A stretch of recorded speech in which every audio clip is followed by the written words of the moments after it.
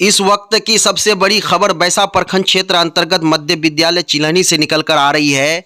मध्य विद्यालय चिल्हनी के हेडमास्टर गुलाम हैदर जिलानी पिछले कई दिनों से परेशान नज़र आ रहे हैं।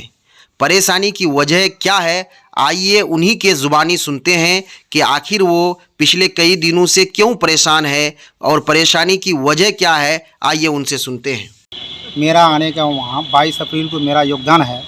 जब से मैं आया हूँ और मेरा कनीय शिक्षक मोहम्मद खालिद कादमी से जब से मैं प्रभार लिया हूँ, एक भी दिन हमको सुकून से वहाँ रहने नहीं देता है। पहले तो एमडीएम माशाल्लाह चलता था। मैं जिस दिन से गया, सिर्फ जुमा के दिन जो मेरा विद्यालय बंद रहता है, सिर्फ उसी दिन मैं बंद रखता हूँ। वो मुझे प्रधान के रूप में मानता भी नहीं है। मैं कोई काम करने पर वो करता भी नहीं है। बच्चा को तो टोटल पढ़ाता ही नहीं है। मैं अगर बोलूँगा वो ब्लूटूथ लगाकर एक साइड कोने में जाके बैठता है। अगर मैं गलत बोलता हूँ इस बात को, तो मैं आपके चैनल के माध्यम से मैं प्रमुख साहब से भी, माननीय प्रमुख साहब से भी, माननीय बीडीओ साहब से, बीओ मैम से, जिला पदाधिकारियों से भी आग्रह करता हूँ कि उसका कॉल डिटेल निकाला जाए कि 22 अप्रैल के बाद से लेकर के आज तक कई घंटा विद्यालय समय में वो जो है बात करते रहता है। बच्चों को पढ़ाने से उसको कोई मतलब नहीं है। मैं अगर बोलता हूँ, मुझे कहता है हेडमास्टरी ज़्यादा मत जताओ, तुम खतियान निकाल के दिखाओ। किसका खतियान है? मैं भैया वहाँ स्कूल करने गया हूँ कि खतियान दिखाने के लिए?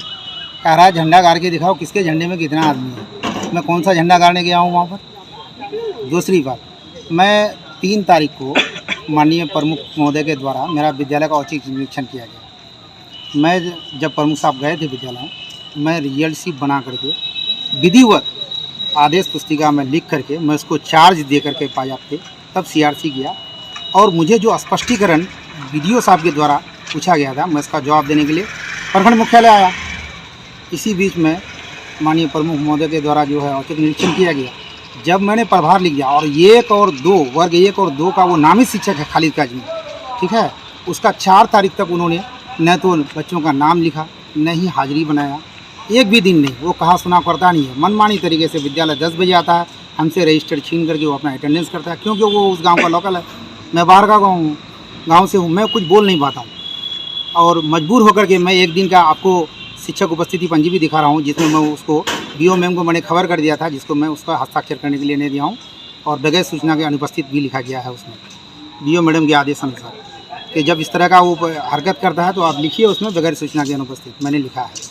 और मैं आदेश पुस्तिका का आपको ये भी दिखा सकता हूँ कि 3 तारीख को मैंने विधिवत उसको चार्ज दे करके ब्लॉक आया, लेकिन वो किसी भी कार्य का निर्वहन नहीं किया और मेरे अनुपस्थिति में और उसका पूरा भरपूर फ़ायदा उठाते हुए सब रजिस्टर को उसी हालत में छोड़कर और प्रमुख महोदय को मुझे फंसाने के चक्कर में प्रमुख महोदय जब गया तो मैं फंस गया कि आपका विद्यालय में इस प्रकार का पाया गया। जबकि मैंने चार्ज देकर गया और उसकी जिम्मेदारी होती है चार्ज लेने के बाद कि विद्यालय उसके अनुरूप चलना चाहिए, उसके माध्यम से चलना चाहिए।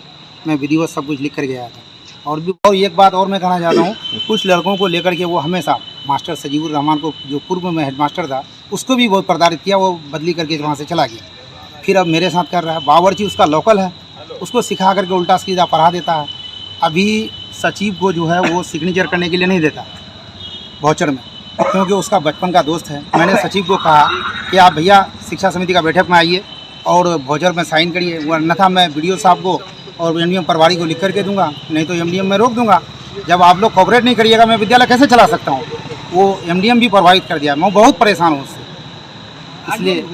इसलिए मैं प्रमुख साहब से और बीडीओ साहब से, बाकी जिला के पदाधिकारियों से मांग करता हूँ कि इस पर उचित कानूनी कार्रवाई करें, जाँच के बाद उचित कानूनी कार्रवाई।